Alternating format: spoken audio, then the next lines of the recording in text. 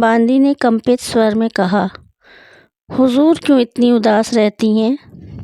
سلیمہ نے کہا، ادھر جہاں پناہ کچھ کم آنے لگے ہیں، اس سے طبیعت ذرا اداس رہتی ہے۔